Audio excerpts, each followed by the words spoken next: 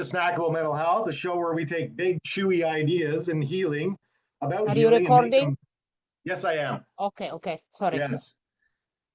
I'm your host, Brandon W. Hahn, and today we're talking about something that doesn't always make the therapy list, clutter. There's going to be a lot about clutter today, not just the piles on your kitchen counter, but the emotional junk drawer too. The stories, the losses, the self-doubt we tuck away and tell ourselves we'll deal with later.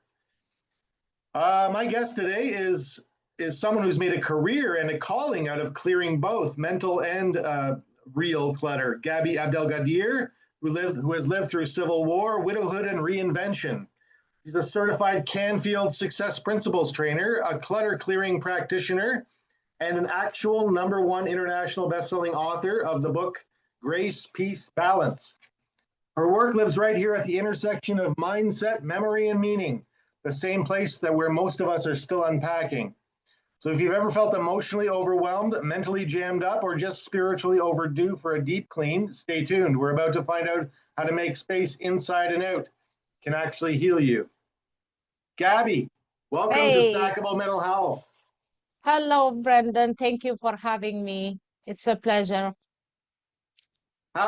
Okay, so I've neglected to ask this for my last 2 interviews, but I wanted to ask it all the time and keep it to be a routine for me. How is your mental health right now? I am doing great. I think that's enough. Yes, I'm doing great. I'm very spiritual, so whenever I feel down, I always have a way. There is prayer, that I am very much into prayer, and I'm also very much into meditation. So I take deep breathing a lot. I go for a walk, nature walk a lot. That keeps me sane in these tough times. I have Zen garden music playing in the background right now, so I hear you on that one. Okay, cool. You've lived through war, loss, and migration, experiences that could have broken anybody. What was the single moment when you decided your story was going to empower others instead of define your pain?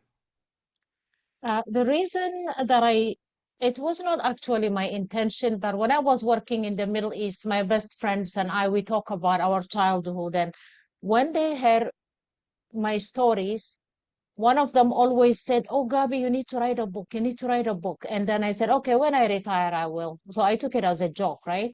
And then in 2013, I had some health issues and I had to stay away from work. I took time off without pay for a year.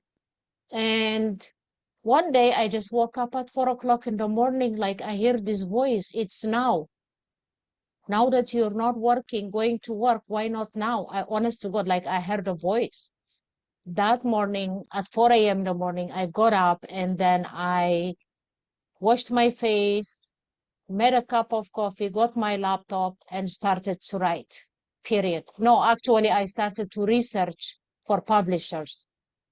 Okay. All of them were very expensive and they only pay you like what, like 5% of sale and things like that. And then I ended up calling my mentor at the time, Bob Proctor, who passed away 3 years ago now, 4 years ago. He was my very first personal mentor. And I called his office and they suggested this publisher in Texas, Houston, Texas. And I called her and the rest is history. So in 1 month, I had written that book, Grace, Peace, and Balance. And trust me, it was a healing time for me because each time I went too deep into a certain memory, I would put the laptop, bawl my eyes out, like for a good 10 minutes or so. Wow. I would cry, and then I go wash my face and then make another cup of coffee, come back and continue to write. So in less than a month, actually, I finished that book.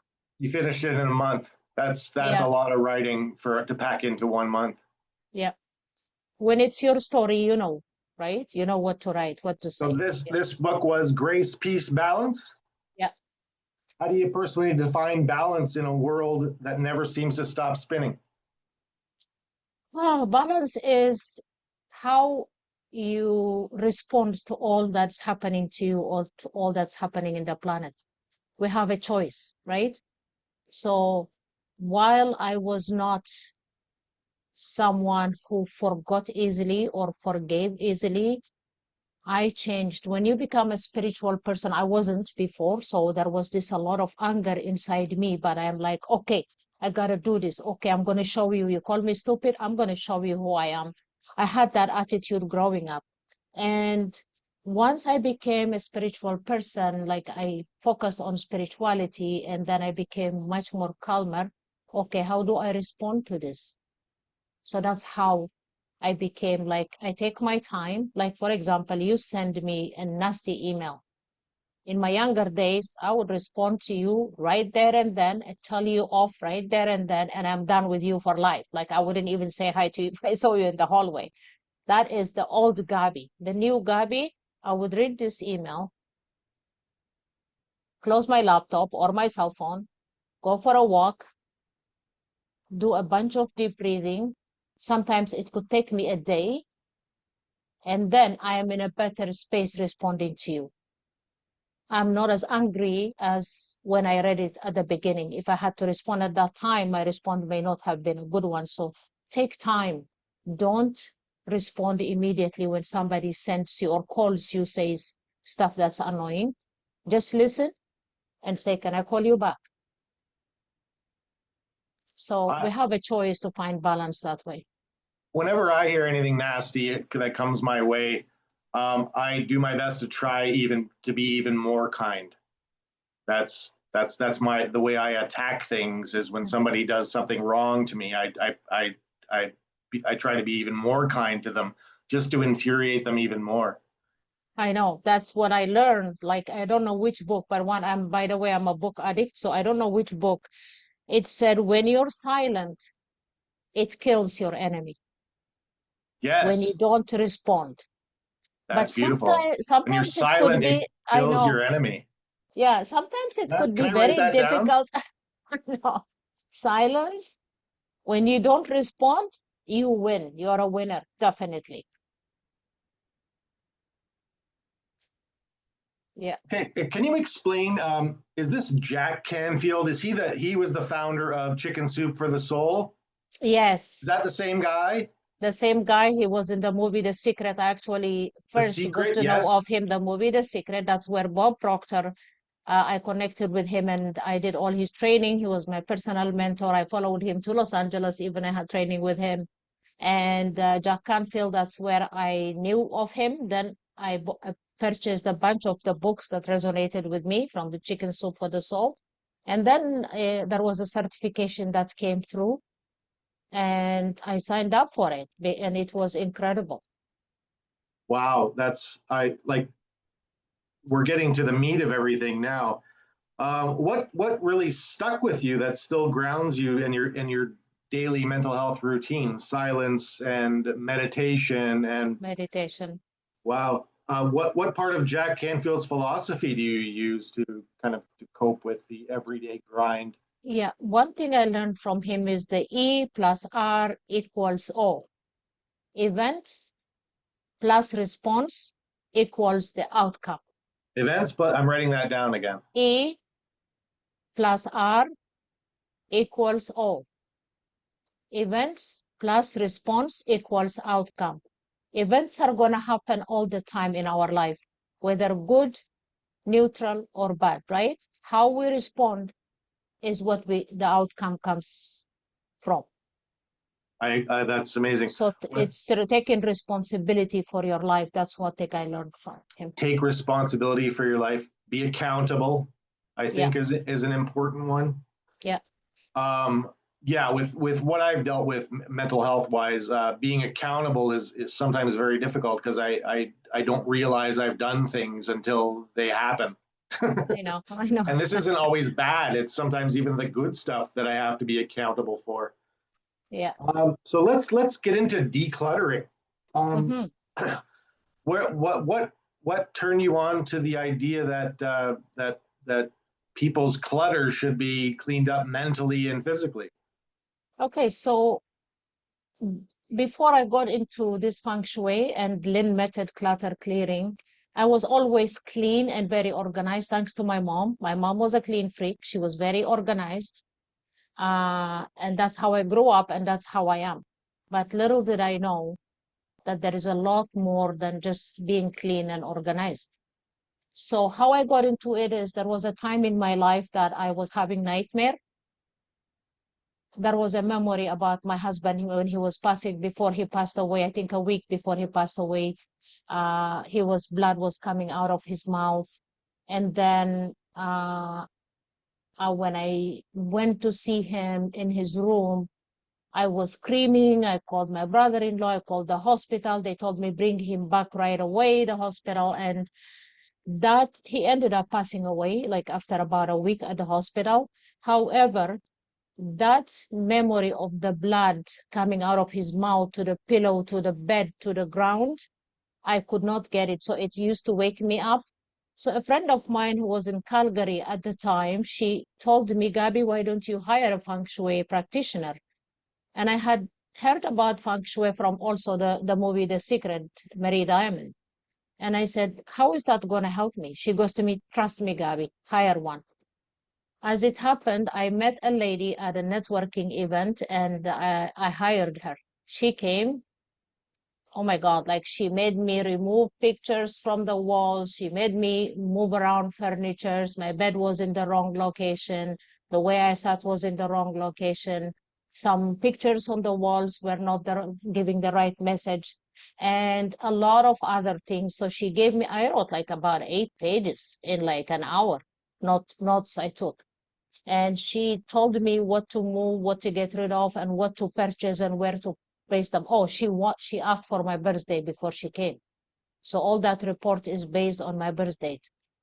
And I got so busy, and one of the items she asked me, I remember I couldn't find it because I'm working Monday to Friday. So every Saturday, Sunday, I drove across GTA to find it only 2 days before she was supposed to come back in 2 weeks to make sure I had done my homework. 2 days before her arrival, I found it. And when I placed it where she asked me to place it, honest to God, Brandon, that was the first night I slept through the night without nightmare. Wow. I know. And then I woke up and then I said, okay, this has to be a coincidence because I was still like hesitant, right? And then second night, third night, fourth night. Then I called my friend in Calgary and I told her, you won't believe, like ever since I completed all the assignments, I am now sleeping and I'm not having nightmares. She goes, I told you, I told you. And I just went to research Marie Diamond and I did the whole training with her. As soon as I finished that same week, Hay House Radio, that I'm a huge follower of Hay House Radio, and a woman that I followed for years named Denise Lynn. She had a certification for Lynn method, which is a very spiritual way of clutter clearing your space. And I stared at this email and I said, okay, God is telling me something here. The universe is telling me something. I just finished this a week ago and this shows up in my inbox. I paid and I signed up and I finished the whole training and I got certified. Also, Denise also loves Feng Shui, but she also has her own spiritual way of doing things in your space. So that's how I got into it. What do you find, Gabby, is one mental object that people often find hard to let go? Okay, so from my experience seeing clients, but I paid too much money for it. Like it's cluttering their space. Like, but I paid too much money for it. Okay. But are you using it? Do you really love it? That's my question. Closets overloaded, different sizes. The person has lost like what, from size 16 is now size 12. Why would they keep the stuff? That's another thing. And then memories, business cards. I personally was a like a cards collector, like birthday cards and New Year cards and all that stuff. I was a collector That's funny. Like yeah, that like keeping those things and the as a attachments mem. we have. Yeah, so I had a full box once. I studied all this. One day I opened it up and I took every card. I just found a few cards from one specific person who used to send me these beautiful cards, but ended up backstabbing me and hurting me big time. And I was staring, why am I keeping this? It just put me in a negative energy immediately. I took the whole freaking card into the kitchen sink, got a lighter, I burned them all, and I never keep, like I could keep something for 2 months maximum if it is good. And Who is it that said if it doesn't spark joy, throw it away? That was a common one over the last little while. When you're cleaning out your inner closets or your physical closets, if it doesn't spark joy, it's garbage. yeah, it is. Like if something doesn't make you happy and you're not using it, actually, that's clutter. You only need to keep the items you use and you love and that make you happy. Anything that brings you beautiful memories. Only those are the things you should keep. What would you like as far as feng shui? How would you adapt that to a life of busyness and like how? What would you say is the number one takeaway from learning where your guas are, so to speak? Mhm. One thing I learned is keep an open mind because a lot of people don't believe in feng shui or whatever, right? Like they Well, say, it's just oh, a theory about organization, really, right? exactly. Yeah, but Spiritual what organization. exactly, but what people don't understand is this is not about spring cleaning. This is a lot deeper than spring cleaning. It is a very spiritual way. It's you bless what you touch, you bless what you give away, You bless what and you touch. I love it. yeah, you bless everything, and gratitude has to happen at any time, every time. Whenever you do something, give gratitude. Even when you drink a glass of water, say thank you before you even drink it. And Yes. then bless it before you drink it, like the same thing. And yeah, I don't know if that answers your question. Oh no, that's perfect. Actually, is to be thankful, to be appreciative of your world and the miracles that we wake up to every day that we sometimes take for granted.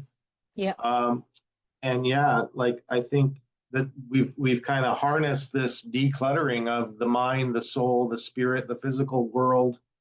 You know, I look at my mind as a computer, and I think of myself as deleting the unnecessary programs and yeah, or defragging my brain when I go to bed every night and waking up to a fresh mind the next day.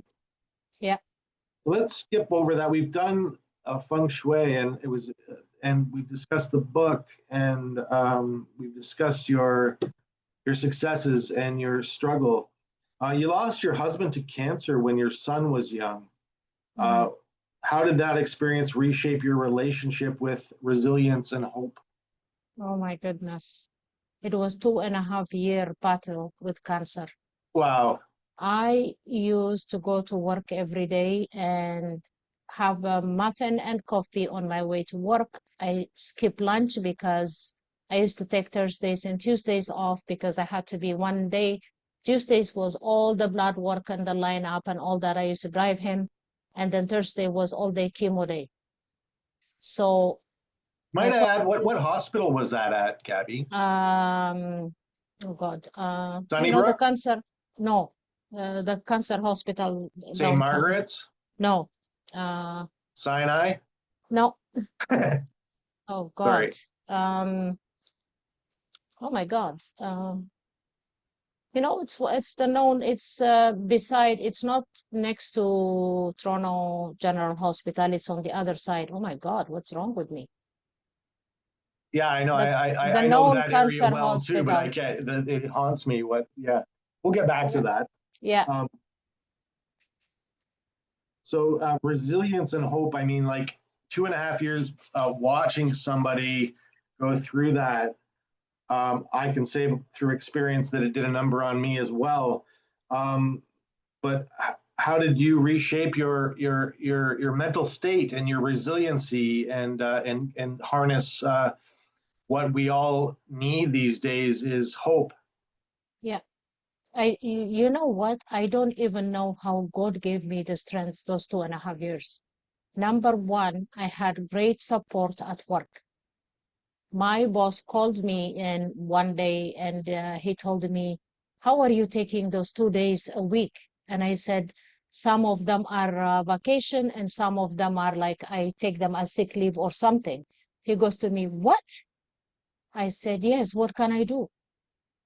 vacation is 30 days a year. And then once those done, I don't know what I would have done. He goes to me, what, from now on, you're taking those days and you're going to have to reverse all those days that you took as vacation. He picked up the phone, called HR, Human Resources, and he told them, from now on, Gaby is fully paid every Tuesday and every Thursday when she's out. And I want you to reverse all the vacation days or whatever days that she took for the last several months, reverse them back to her. Vacation is supposed to be for her rest, not for driving to the hospital and spending at the Yeah. hospital. So that is that boss. I left that company in 2013. So he is still my mentor. Him and his wife are good, like family members. We still go for barbecue in the summer to their house. At least twice, 3 times a year we meet. And I have been blessed with people, especially in the workplace, and I have great, great friends. I don't have sisters, so God has given me great friends that would kick butt for me anytime. So I think that was very helpful, and I was very strong. I don't know how I did it. If you ask me now, apart from losing weight and losing my hair, because I wasn't eating properly, right? Um, I was strong. I woke up early. I did this, took my son to daycare because the school bus would pick them up from daycare.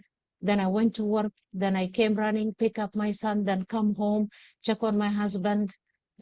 He was on chemo, so he only ate certain things. So immediately I would cook for him. I would have my son's homework, and then I would make sure his medication were taken, and that's it. And then at night I hardly really slept through the night because I was waiting if he wakes up to puke, chemotherapy. I would run to the bathroom with him to watch to make sure he is okay. So I wake up 3 4 times in the night, then I wake up early morning again, do the same thing. How I did it, God only knows. God just gave me the strength. I believe And that too. yeah, Yes, absolutely. And where we've been, um, it's always a bit of an adjustment to hand your life over to your higher power as well, exactly. Yeah, and realize that it's something bigger than you that is in control. And prayer helps, yeah, uh, and being appreciative even during the hard times helps as yeah, well. yeah. What I mean, it's a very powerful story of you dealing with this. And And you what know what I have decided from that experience? Sorry to interrupt you.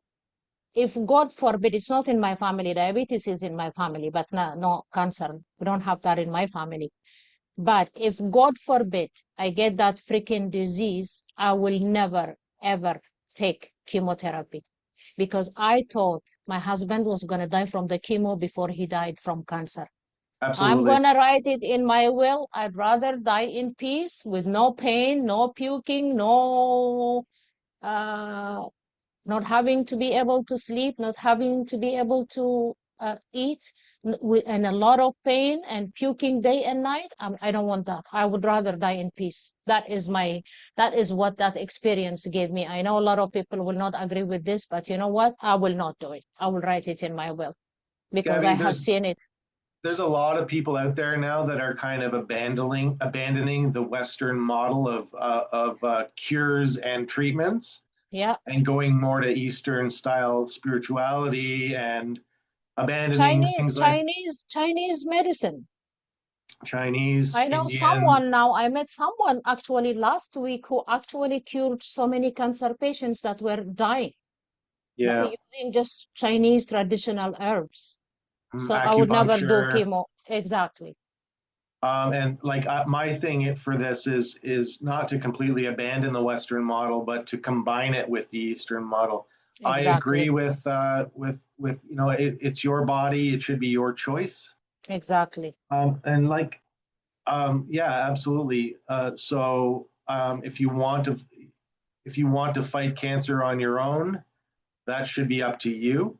Exactly. Keep in Yeah. mind, this is just informative, educational, and often humor here. I know. We're not actually giving professional advice. Oh, no, no, no. I'm What, just talking like, about me. honestly, Gabby, what drives that instinct to give back to your world when the world has already asked so much of you? Yeah, because they need, especially I feel like the young generation is lost. So the talking about mental health, right? Like, so it all starts with being bullied and discriminated against and stuff like that. So my latest book that I wrote during COVID actually is the book on discrimination, real life stories of struggles and triumphs. And I interviewed kids from grade 6 and above, including university students. And the stories you hear are horrifying. The bullying, the discrimination, that is where the mental health comes in. When one kid is being bullied all the time, like during COVID, I know of 18 people who committed suicide, Brandon. Mm, Only two of them were, one was 51, the other one was 55. The rest were between 17 to 26. Eh, that's yeah. That's a lot. So that's mental wellness. And then my friends, one of my son's friends, 22-year-old, a year and a half ago, he committed suicide from a good family.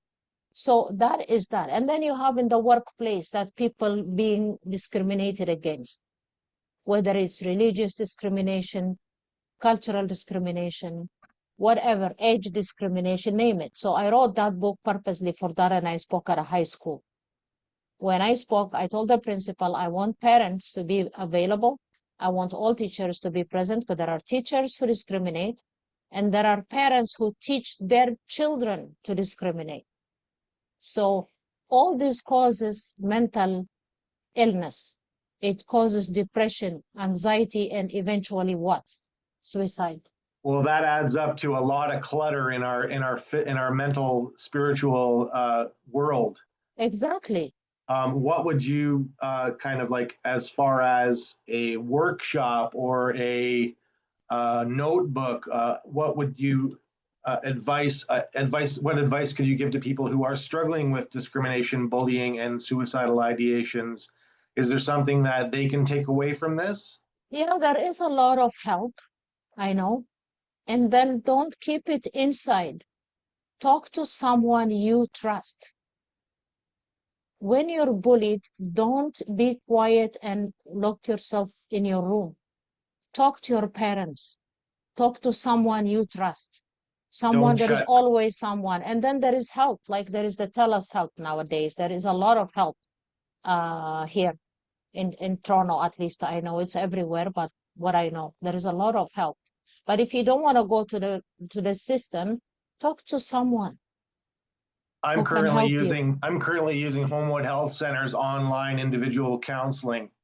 I Mhm. found them. I was in Homewood for comprehensive psychiatric care for 3 months in 2008, and I still use, whenever I come to a bump in the road, whenever I have an ideation or a negative thought or a deviant thought or a dark thought, I use what I learned at Homewood to this day. And I just latched on to their online program, Homewood Health Center's individual counseling. I know that people are having money, there's a lot of people with money troubles. Um, but my thing is, if, like, you always seem to have money to fix your car, but you don't, unless you're covered for something, you won't fix your mind or your body unless you're covered. My thing is that my body is a little bit more important than my car, because if you don't take care of your body, where are you going to live? Exactly. Yeah, you need to love you first before you love anybody else. That's my motto now. If I'm not at a good place, if I'm not healthy, if I'm not happy, I'm not going to be any good to my son or to my friends or to the rest of the family. I'm good to nobody. So first is my motto is love yourself. Take care of yourself first. Give yourself a priority. And then you can be good to other people. So that's my motto. I think if that's the perfect, like, empowerment. You have been a very empowering person, and your struggles have turned you into a machine of coping mechanisms and grace and empowerment. Um, you've written multiple books that blend autobiography and teaching. Um, what is storytelling given back to you yourself as opposed to what you give to the world emotionally and spiritually? After this, Oh, we'll wrap up. yeah. So I think when I wrote my first book is people, especially like my friends, not my friends, but my colleagues at work. Oh my God, you should have seen like the calls that I got. Oh my God, you're like, because I was known as the happy-go-lucky person. Nobody knew that I have gone through all this. I don't show it because I shouldn't. I should take it one day at a time. That's my motto. I woke up today, I'm gonna get up, I'm gonna do my best, I'm gonna smile, I'm gonna be happy, and I'm gonna make the next person happy. So, oh my God, Gabs is what they used to call me. Oh my God, Gabs, you went through all this and we never knew anything about you. We thought we knew you well all these years and things like that. And I laugh, like they were shocked. And that is that. And then I also co-authored in 6 books. One is on suicide prevention, one is on empowering women to succeed, and taking off the shades is one of them, and a lot of other leadership for the young generation. And yeah, I'm now writing a book, as I have mentioned to you, writing a book on mental wellness. Now I am certified mental wellness in the workplace leadership. Wow, I'm very certified cool. now. Yeah. So yeah, I'm writing a book that will help me also get into schools, into community centers to talk about the topic. Wow, Gabby or Gabs, sorry. Yeah. Let's call this the theme of this show: small steps, spacious minds. Does that work? Yes. Beautiful. Okay, Gaby Abdelgadir reminding us that letting go isn't about losing things; it's about finding yourself under the noise. Mental clutter, that's not just objects that hold us, it's the energy we attach to them. If you take one snack sized thought from this conversation, let it be this: you don't have to carry it all to be complete. Start small, a drawer, a thought, a habit. Each cleared space becomes a little room for peace to move in. And Gaby, I can't thank you enough. And I also must add that I'm very thankful to Mandy Robinson, who is my mentor or one of Oh, my mentors, for yeah. hooking us up. Yeah. Gaby She's amazing. Abdelgadir, you Yeah. can find Gaby Abdelgadir on the internet just as I did. Oh, well, I found you through Mandy, but Yeah. I researched you on the internet, and you're easily Googleable. Thank you. All right, Gaby, we will be in touch. Yeah. So enjoyed this conversation, and Me. we'll look back. Maybe we can redo some more snackable mental health moments with you in about 6 months. Absolutely. It has been a pleasure, and thank you so much for having me today. And I'm grateful to you. And remember, love yourself first. Snackable mental health. Yes.